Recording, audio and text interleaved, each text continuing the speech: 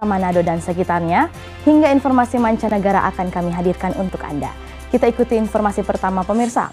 Dinas Pendidikan diminta lebih transparan terkait kebijakan merger sekolah di Manado. Kebijakan penggabungan sekolah dasar di Manado oleh Dinas Pendidikan diminta lebih transparan dan disosialisasikan dengan baik ke masyarakat. Salah satu sekolah yang akan ditutup akibat merger adalah SD Negeri 114 Manado. Hal ini pun menjadi pertanyaan, gedung sekolah yang lama akan diapakan setelah proses merger. Selain itu, untung rugi dari pelaksanaan merger dinilai tidak diberitahukan dengan baik ke orang tua murid sehingga terjadi penolakan. Kuncinya ada ke pemerintah kota dalam ini wali kota. Kalau seandainya merger itu mau dilakukan, terus ada penolakan, itu harus ditinjau dulu. Ada penolakan dari orang tua dan siswa.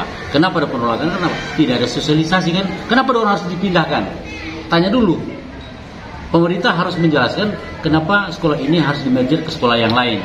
Otomatis yang 114 ini kan mau ditutup. Otomatis itu.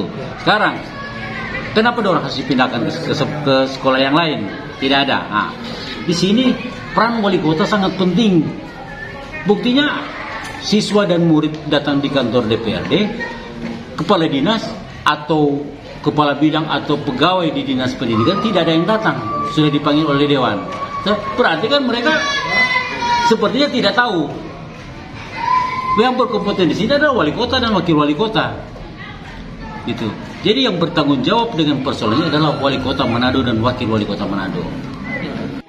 Seperti diketahui, saat ini mayoritas siswa di SD Negeri 114 Manado masih bertahan di sekolah tersebut meskipun sudah 2 minggu lebih tidak ada kegiatan belajar mengajar.